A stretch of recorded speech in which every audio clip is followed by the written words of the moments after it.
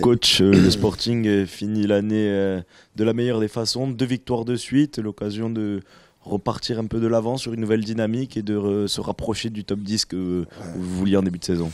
Alors avant de parler de tout ça, je suis un entraîneur comblé et heureux ce soir. Il était important de bien finir l'année, de remercier aussi le public qui est venu nombreux. Donc j'en profite pour leur souhaiter mes meilleurs vœux pour la nouvelle année. Et surtout la santé, parce qu'aujourd'hui, c'est des choses, même si ça reste banal, c'est les choses les plus importantes. Après, nous concernant, je crois que la meilleure équipe a mérité la victoire aujourd'hui. On a vu un Sporting engagé, dynamique, on s'est créé beaucoup d'occasions, on aurait pu marquer avant.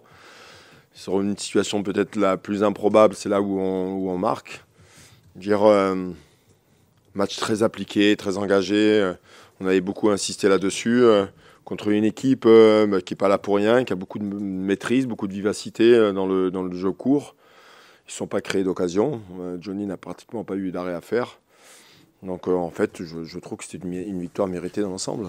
Méritée dans l'ensemble et donc avec un contenu qui est quand même effectivement beaucoup plus fourni que celui contre Caen. En tout cas... Ça, c'est votre avis, hein. Oui, c'est mon avis, effectivement. Qui est plus fourni, il y a eu, comme vous l'avez dit, beaucoup plus d'occasions et donc peut-être aussi plus de vitesse, notamment Alfarella qui était peut-être encore mieux que contre Caen. Il y a eu très clairement, malgré tout, même si le résultat était là aussi, il y a eu du progrès ce soir.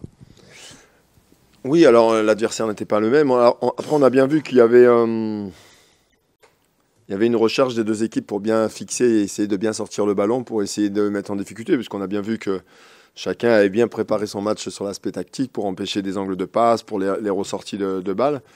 Après, nous, on a cette faculté en ce moment, au moins sur ce match-là, d'avoir des projections relativement assez vite, rapides.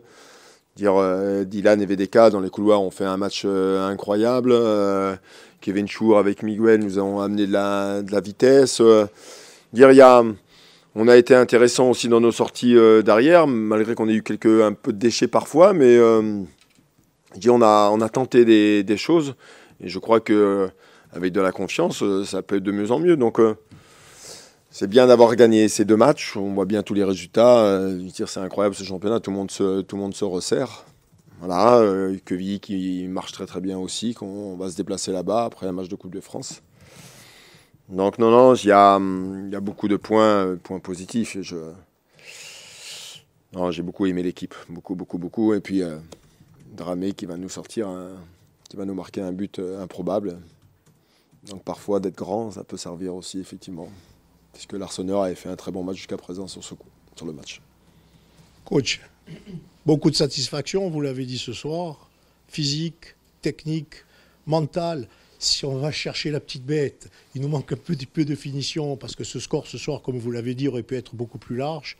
Mais quand même une équipe qui est en progression et où je suis sûr, j'ai posé la question à vos partenaires, vous leur faites comprendre qu'ils ont les potentialités pour peut-être regarder un peu plus haut. Oui, alors... On n'est pas là. Non, pas là. Je pense que chaque chose en son temps. Non. On était impatients de savoir comment on allait se comporter sur ce deuxième match après la victoire dans les arrêts de jeu contre Caen.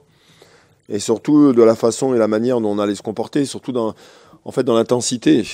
Je dirais là, on avait demandé beaucoup d'engagement dans beaucoup de domaines. Et en fait... je pense que les gens ont pris leur pied et j'ai pris mon pied moi aussi avec mon équipe ce soir. Ça a été très agréable à les regarder. Tout le monde était sur le même diapason, sur la même prise, on va dire. Donc, il y a des soirées. Voilà. On finit bien sur la 2002. Coach, le Sporting marque encore une fois après les changements. C'était des changements tactiques ou c'était des changements physiques ce soir ? On a changé tactiquement quand on a fait rentrer les 2 joueurs. On est passé avec un 10 et 2 attaquants. On a moins occupé la largeur. Je constatais qu'avec Kaba, leur numéro 6, ils nous fixaient à 3 avec leurs 2 axiaux. Donc je voulais essayer de couper cette relation. Alors automatiquement, ils trouvaient les latéraux sur la largeur, mais ils les trouvaient relativement assez bas. Donc on avait le temps de compenser. Donc voilà, c'était un choix tactique. Pour peut-être amener un petit peu plus de danger, parce qu'on sentait bien qu'avec la présence de Capit et Miguel dans la profondeur, dans la vitesse, sur des situations, il y a des coups à jouer. Après, les joueurs au milieu ont été très fatigués. Hein. Tom était très fatigué, Seb a beaucoup couru aussi. Il y a eu une dépense d'énergie importante. Je veux dire, on vient de me faire passer les données des joueurs de couloir. Les joueurs de couloir, ce qu'ils ont fait ce soir, c'est incroyable. Que ce soit Dylan et VDK, ils ont impulsé quelque chose. Voilà. Donc oui, il y avait de la fatigue, mais on a changé un petit truc. Coach, vous avez répété avant ce match l'esprit de compète. On sait que pour vous, c'est une notion, vous insistez souvent, l'esprit de compète, l'esprit de compète. Souvent, le Sporting a raté le coche. Ce soir, il fait une belle opération au classement. Vous l'avez dit, ça se resserre énormément. Est-ce que vous pensez que vos joueurs sont en train d'assimiler cette notion de compète? Vous le sentez, vous pariez aux entraînements, vous avez modifié pas mal de points. Vous le sentez au quotidien, cet esprit de compète, il est là? Je crois que en fait, la concurrence amène aussi et augmente la compète. Entre les uns et les autres, on sent bien aujourd'hui, regardez mon banc aujourd'hui, il y a un banc qui ressemble à quelque chose, il y a des joueurs qui ont fait des bons matchs en première partie, il y a des joueurs qu'on découvre aujourd'hui qui remplissent aussi le contrat. Donc c'est sûrement cette concurrence qui amène à pousser un peu tout le monde à être à un certain niveau. Donc après, notre façon de travailler, oui, on a fait évoluer des choses, mais je pense qu'ils n'en sont pas encore conscients. On peut encore monter le truc. Il y a encore beaucoup de choses à faire. Il y a des choses à faire. Coach, ce soir, on n'est pas encore à la moitié de la phase aller. On n'est pas encore à la phase aller, à la fin de la phase aller, pardon. 17e journée, 24 points. C'est beaucoup. Est-ce que vous regardez vers le haut du classement? C'est très serré, on a égalité de points avec le 5e, je crois. Vous regardez vers le haut, clairement, ce soir? Non. En fait, nous, on regarde sur l'aspect comptable. Ce que je leur ai dit dans la préparation du match, de pouvoir enchaîner sur une deuxième victoire et de bien terminer l'année, quelque part, ça nous ferait oublier... même si on n'oublie jamais rien, on s'en sert de leçon, les 5 matchs qu'on a pu traverser ou on a traversé difficilement. La victoire pouvait effacer un peu ça. Donc ça a été fait. Il reste encore 2 matchs sur la phase aller, on en est encore loin. Chez nous, on regarde l'aspect comptable, il faut marquer des points, il faut avancer. Après le reste, regardez, on n'est même pas à la moitié du championnat encore. Donc je peux vous assurer, on a dit que ça va être un autre championnat et effectivement, je pense que ça va être vraiment un autre championnat. Coach, on l'a vu ce soir avec le dispositif tactique. Il y a eu beaucoup de dédoublements. Alfarela et Tavares sur leur côté, Van de Kerkhoff et Chour de l'autre côté.